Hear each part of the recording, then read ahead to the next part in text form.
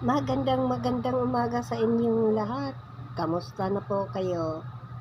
Araw na naman ng Lunes, araw na naman ng trabaho. Kagahapon, walang work kasi araw ng Linggo.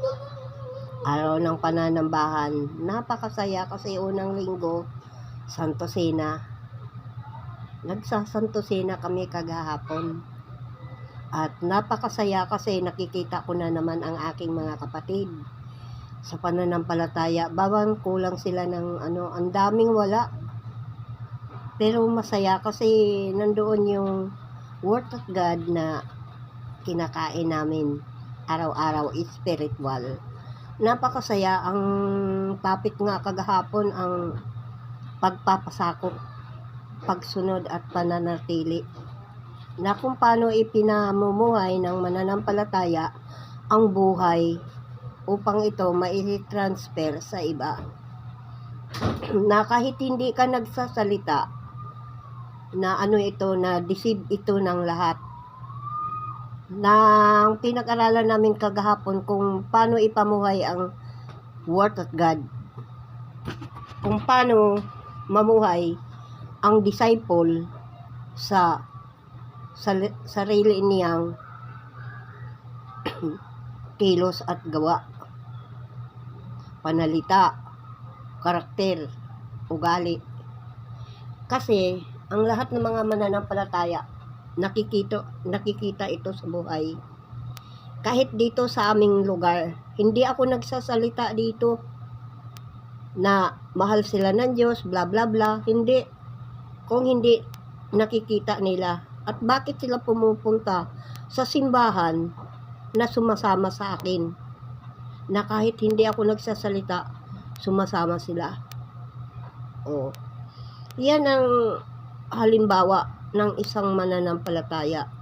Bagaman talagang tuwiran kong sinasabi sa mga ibang tao, tuwiran ko rin sinasabi kahit sa mga kalaykom na mga friends ko. Galit ako pag pero hindi ako galit sa mga tao na yun. Galit ako sa mga ginagawang mali. Kasi pag mali, mali yon. Ayaw kong ituliro ang mali. Kaya, very sorry na doon sa mga na ko, no? Kasi ayaw ko talaga yung mali ginagawang tama. Tapos ang tama ginagawang mali.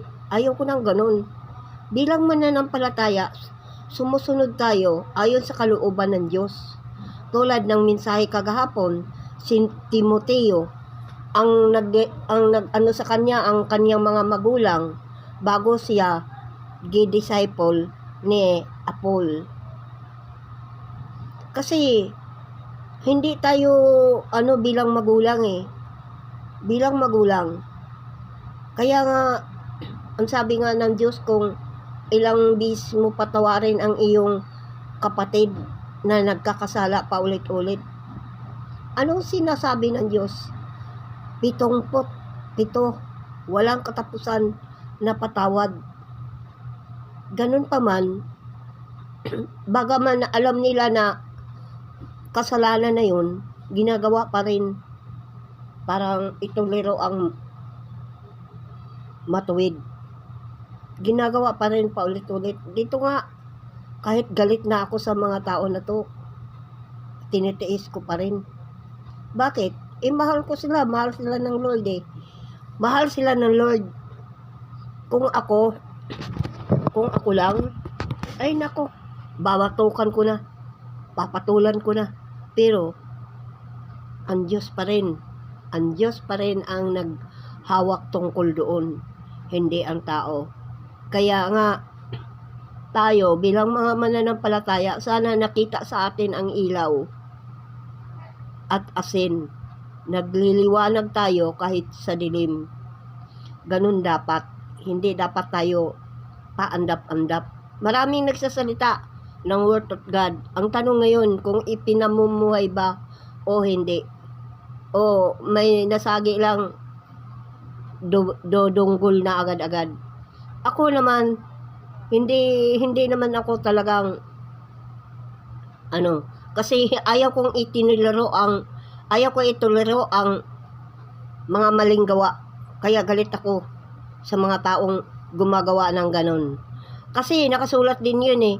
Ang sinungaling, kasi sinungaling na nga ang gumagawa ng mali. O, tingnan mo yung mga naiisahan din.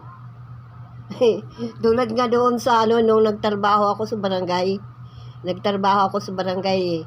Sabi ng kapitan namin na magdala daw ako ng pagkain kasi may sakit nga yung asawa ko. Ang sabi naman ng isa, bilisan mo kasi pag dumating mamaya ang isa, na yon, yung hindi papayag yon.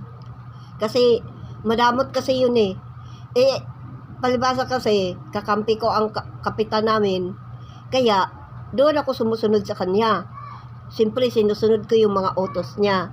Ang sabi niya, mag-uwi ako ng pagkain para sa pamilya ko, para sa asawa ko. Tapos hinahanda naman ito ng ninang ko. Yung ninang ko kasi ang naghahanda ng pagkain, hindi ako. Kasi sila ang alalay lang ako sa kapitan, alalay lang din ako ng ninang ko. Kaya hinanda niya yung pagkain ko. Kaya bago ako mag-uwi, wala pa yung tao na yun. Kaya ang sabi ng tatawanan sila, matalino ang matsing ay nauutakan din. O, kahit gaano ka katalino, mayroon din mauutakan ka rin balang araw. Kasi ang traidor ay patuloy nagtatraidor. Tapos, tinatraidor din. Kasi yun ang gawain niya. Kaya, kahit anong gawa niya, kung traidor siya, traidor pa rin siya. Tapos, tinatraidor naman siya ng iba. Hindi akala niya lahat ng tao nakapalibot sa kanya ay lahat ay sanayon sa kanya. Ngunit tinatraidor din siya. Mayroon na ako nakikita dyan eh. O, tuwang-tuwa ako. Kaso lang, hindi pa ako nakipag-engage sa kanya. Mahalaga kasi ang engagement na siyasakin mo muna ang taong iyong binibigyan ng engagement. Ganon. Para bang sa Facebook, nakipag-engage ka. Sa TikTok, nakipag-engagement ka rin sa kanila. Ganon yun. Kaya, hindi basta-basta hindi ako basta-basta sanayon sa lahat. Kahit nakikita ko itong kakampi, baka sa sunod na araw, kalaban ko na siya. No? Kaya hindi maganda yung sinungaling ka, taksil ka, kasi nauutakan ka rin. Yung mga sinungaling sa'yo, nagsisinungaling, kung magsinungaling ka, mayroon din sinungaling na naharap mo, ang akala mo totoo, yung pala sinungaling din tulad mo. Kaya, yun ang kasabihan, kung anong itinanim, yun ang aanihin. Tulad ng preaching kagahapon, na kung paano makita ng mananampalataya ang kanyang buhay para makikita ito sa iba. Ang liwanag ay nagliliwanag kahit sa dilim. Oh, gets na? Oh, thank you for watching sa inyo at God bless you all at shout out sa lahat ng kong mga friends nga nasa Facebook, sa TikTok at sa YouTube channel ko.